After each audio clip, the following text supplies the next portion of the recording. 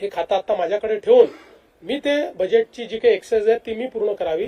अर्थसंकल्प म्हणजे नुसतं एक भाषण वाचायचं नसतं, त्याकरता सिरीज ऑफ बैठका घ्याव्या लागतात।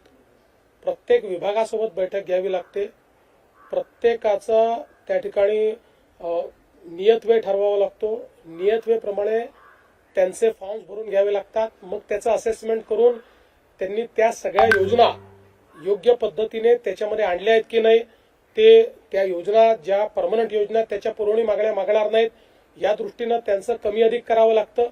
या सगळ्या गोष्टी कराव्या लागतात। या सगळ्या गोष्टी ताई आत्ताच या ठिकाणी उपमुख्यमंत्री झालेले आहेत, त्यामुळे इतकं मोठं एक्सरसाइज करणं त्यांना लगेच शक्य होईल अशी परिस्थिती नाही। अजून त्या दुःखातनंही पूर्णपणे बाहेर आलेल्या नाहीत, त्यामुळे लगेच पूर्ण क्षमतेने ते काम करायला लागतील अशी अपेक्षा करणे अयोग्य आहे। आणि म्हणून आम्ही बसून ठरवलं की या संदर्भात हे खातं आता माझ्याकडे ठेवून मी ते बजेटची जी काही एक्सरसाइज आहे ती मी पूर्ण करावी। ती एक्सरसाइज मी पूर्ण करणार आहे आणि अधिवेशनानंतर या संदर्भात त्यांच्याशी चर्चा करून मग काय करायचा हा निर्णय आम्ही करू।